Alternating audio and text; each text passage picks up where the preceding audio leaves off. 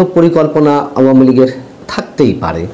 যেমন হাসিনা সরকারের উৎখাতের পরিকল্পনা ছিল, জামায়াতে ইসলামীর উৎখাতের পরিকল্পনা ছিল, বিএনপির কিংবা ছাত্র সমন্বয়কদের। এখন তো যে যার মতো করে দাবি করছে, এবং একইভাবে এই পরিকল্পনাগুলো কতটা ভয়ঙ্কর ছিল সেই বিষয়গুলো তাদের মুখ থেকে বেরিয়ে আসছে।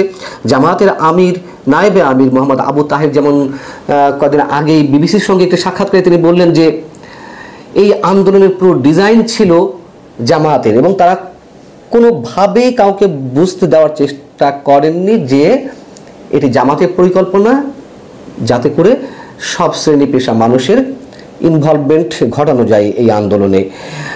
পাশাপাশি শিবিরের সাবেক সভাপতি কিংবা এনসিপির কোনো কোনো নেতা এবং বিএনপি নেতারাও কেউ কেউ দাবি করছিলেন যে কী ধরনের পরিকল্পনা তাদের ছিল, কি বাস্তবায়ন করেছে, কিভাবে পুলিশকে হত্যা করে ঝুলিয়ে রাখা হয়েছিল গাছের সঙ্গে। এবং কেউ কেউ তো এমন দাবিও করলেন প্রকাশ্যে যে 5,000 পুলিশ হত্যাকাণ্ডের পরিকল্পনা তাদের ছিল।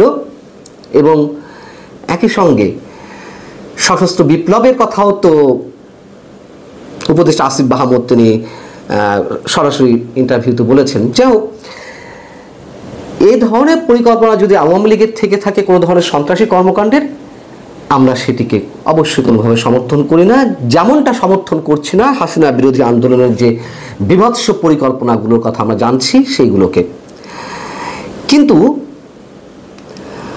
আওয়ামী লীগ নেতাকর্মীদের প্রশিক্ষণ নিয়ে এরই মধ্যে গণমাধ্যমে যে খবর বেরিয়েছে এবং একজন সেনা কর্মকর্তাকে নিরাপত্তা হেফাজতে নেওয়া হয়েছে, সেটিও আমরা জানি। সেই জায়গা থেকে আমি গত বৃহস্পতিবার যে কন্টেন্টটি করেছি তার মধ্যে কিছু প্রশ্ন তুলেছিলাম। পরবর্তীতে আবার পুলিশের রেফারেন্স দিয়ে, গোয়েন্দা বিভাগের রেফারেন্স দিয়ে যে তথ্যগুলো, যে বয়ানগুলো আমাদের সামনে আসছে, সেইখান থেকে গুরুতর কিছু প্রশ্ন উত্থাপন করতে চাই। অন্তত আমি মনে করি যে এগুলো খুব গুরুত্বপূর্ণ। যেমন কালের কণ্ঠে যে রিপোর্টটি এসেছে তার এক জায়গায় বলা হচ্ছে, ডিটেকটিভ ব্রাঞ্চ ডিবির সূত্র দিয়ে বলা হচ্ছে যে যাদেরকে আটক করা হয়েছে গোপন বৈঠকের ভিত্তিতে বা যারা প্রশিক্ষণ নিচ্ছিল তাদের মধ্যে বরগুনার যুবলীগ নেতা সোহেল রানা এবং গোপালগঞ্জের আওয়ামী লীগ নেত্রী শামীমা নাসরিন শম্পা। তাদের বক্তব্য রেফারেন্স আকারে দিয়ে ডিবি পুলিশ নাকি বলছে যে মেজর সাদিকের নির্দেশে দেশের বিভিন্ন স্থান থেকে তৃণমূল আওয়ামী লীগ কর্মীদের সংগঠিত করে বিভিন্ন স্থানে নাশকতা চালানোর প্রশিক্ষণ দেওয়ার জন্য ভাটারা এলাকার কনভেনশন সেন্টারের 2য় তলা ভাড়া নেওয়া হয়। ছোট করে একটু বলবো, আর একটু খেয়াল করে শুনতে হবে কথাগুলো। মেজর সাদিক সেদিন সরকার উৎখাতে বিভিন্ন বিষয়ে প্রশিক্ষণ দেন।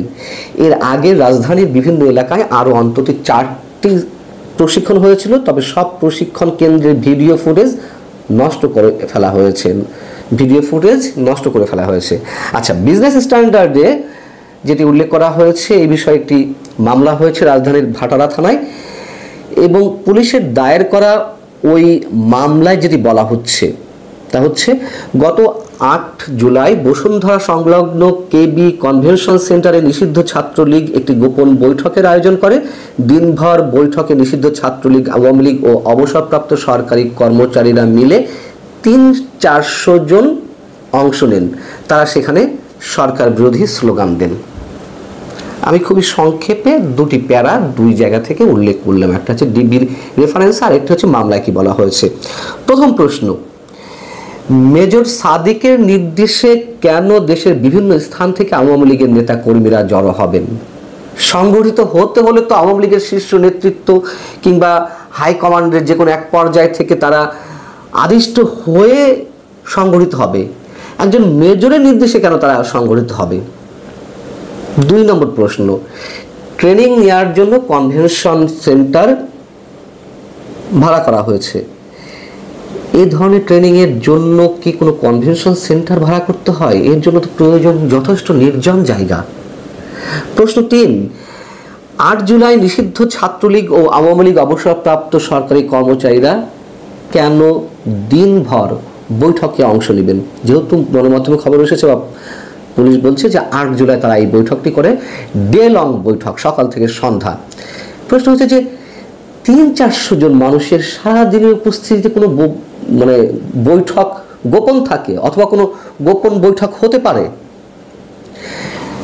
4 নম্বর প্রশ্ন হচ্ছে, মামলায় যেটি বলা হচ্ছে গোপন বৈঠক, আবার সেখানে সরকার বিরোধী স্লোগান দেওয়া হয়। স্লোগান কি মন্ত্র পাঠের মতন ফিসফিসানি করে দেওয়া হয়? নিশ্চয়ই বলিষ্ঠ কণ্ঠে উচ্চ স্বরে যে কোনো স্লোগান উচ্চারিত হয়। তো গোপন বৈঠক হয়ে থাকলে সেখানে স্লোগান হয় কিভাবে? 5 নম্বর প্রশ্ন, মামলায় যেটি বলা হচ্ছে যে ঢাকার শাহবাগ মোড় দখল করে দেশে অস্থিতিশীল পরিস্থিতি এবং জনগণের মধ্যে আতঙ্ক সৃষ্টি করে শেখ হাসিনার দেশে ফেরা নিশ্চিত যাতে করা যায় সেই ধরনের কোনো কর্মসূচি নেওয়া হয়। যদি তাই হয়, এগুলো তো রাজনৈতিক কর্মসূচি, শাহবাগ অবরোধ করবে, বন্ধ যে কোনো স্পট অবরোধ করবে, একসাথে জড়ো হবে, এর জন্য আবার ট্রেনিংয়ের প্রয়োজন হয় নাকি, গোপন ট্রেনিং? 6 নম্বর প্রশ্ন, 300-400 মানুষ মিলে ডে-লং বৈঠক করলো। মামলায় বলা হচ্ছে যে সেখানকার ভিডিও ফুটেজ নষ্ট করে দেওয়া হয়েছে। কোন ভিডিও ফুটেজ হতে পারে? কনভেনশন সেন্টারের 2য় তলা যে ভাড়া নেওয়া হলো সেই কক্ষের। আচ্ছা, এর বাইরে এটা তো আর নির্জন কোনো এরিয়া নয়, তাই না? কেবি কনভেনশন সেন্টার, এর বাইরে আশেপাশে কোনো বিল্ডিং অথবা অসংখ্য দোকানপাট, ব্যবসা প্রতিষ্ঠান নিশ্চয়ই রয়েছে। তাদের যে সিসি ক্যামেরা, সেই ক্যামেরার কোনো ফুটেজ পাওয়া যায়নি। এত বড় একটি ঘটনা ঘটলো, আমরা তো দেখি চুরি ছিনতাইয়ের যে কোনো ফুটেজ যে কোনোভাবে উদ্ধার হয়ে যায়। তাহলে এই বৈঠকের কোনো ফুটেজ উদ্ধার করা গেল না কেন? এর আগে প্রশ্ন করেছিলাম, অর্থাৎ বৃহস্পতিবার যে কন্টেন্টটি করেছিলাম সেখানে বলেছিলাম যে নাশকতা কর্মকাণ্ডের জন্য গেরিলা ট্রেনিংয়ের জন্য একজন সার্ভিসিং সেনা কর্মকর্তা কেন? মেজর সাদিক তো সার্ভিসিং সেনা কর্মকর্তা, রিটায়ার্ড কোনো আর্মি পার্সন ছিল না? অথবা গেরিলা ট্রেনিং দেওয়ার জন্য তো বেসামরিক আরও কত ব্যক্তি রয়েছেন, তাদের তো অভাব নেই, কেন মেজর সাদিককে আসতে হলো? প্রিয় দর্শক, আমি শুধু প্রশ্নগুলো আমার মধ্যে উদয় হয়েছে সেগুলো আপনাদের সামনে তুলে ধরলাম। যদিও সশস্ত্র বাহিনীর আন্তঃসংযোগ পরিদপ্তর ISPR এর বিজ্ঞপ্তিতে জানানো হয়েছে যে এই ঘটনার সুষ্ঠু নিরপেক্ষ তদন্তের জন্য ইতিমধ্যে একটা তদন্ত আদালত গঠন করা হয়েছে এবং প্রাথমিক তদন্তে মেজর সাদিকের বিরুদ্ধে যে অভিযোগ উঠেছে তার সত্যতা পাওয়া গেছে। যেহেতু ISPR বলছে, আমাদেরকে সেটি গ্রহণ করতেই হবে খুব স্বাভাবিকভাবেই। কিন্তু যে প্রশ্নগুলো উত্থাপন করলাম সেগুলো কি একেবারেই অযৌক্তিক কিছু? আমি বলছি না যে আওয়ামী লীগে এমন কোনো পরিকল্পনা একেবারে থাকতেই পারে না, কিন্তু যেই স্ক্রিপ্ট আমাদের সামনে উপস্থাপন করা হলো সেখান থেকে এই প্রশ্নগুলো ওঠা খুবই স্বাভাবিক আমার মনে হয়। ভালো থাকুন, আল্লাহ হাফিজ।